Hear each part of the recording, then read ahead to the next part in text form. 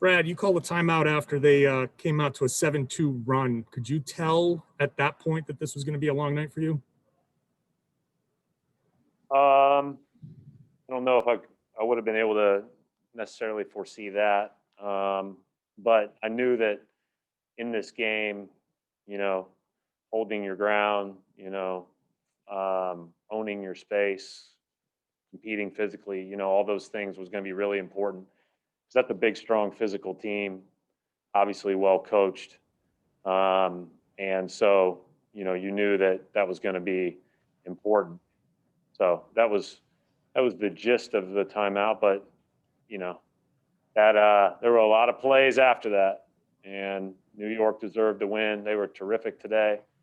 Terrific togetherness, physicality, good basketball on their part.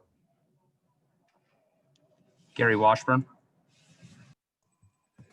Brad, how do you chalk this up? Is this a game that you just forget and tell the guys to forget, or do you harp on this over the next 2 days? How do you react to a performance like this?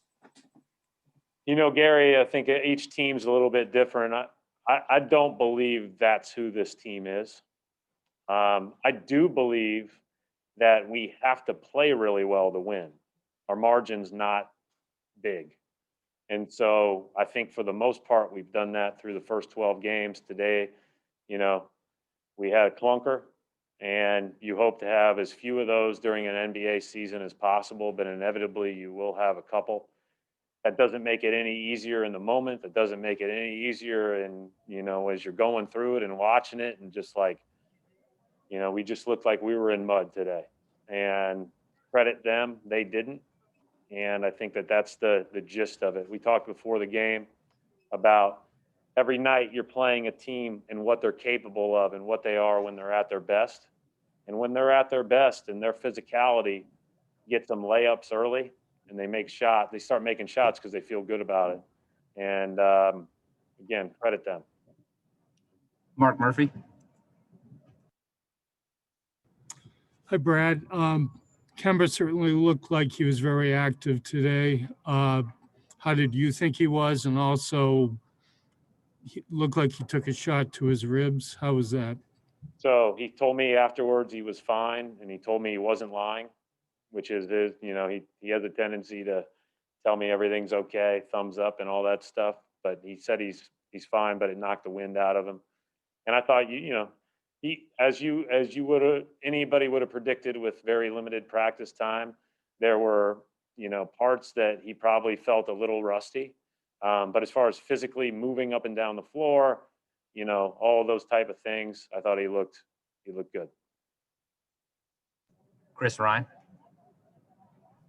Hey, Brad, you talked before the game, obviously, about the margins for this team, and you mentioned it again there. In some ways, is a defeat like this helpful in kind of sending that reminder that you've been pushing on the guys as well, but what you have to do to be successful? Well, I think every game, Chris, is information, right? So sometimes you win close, you lose close, you win big, you lose big.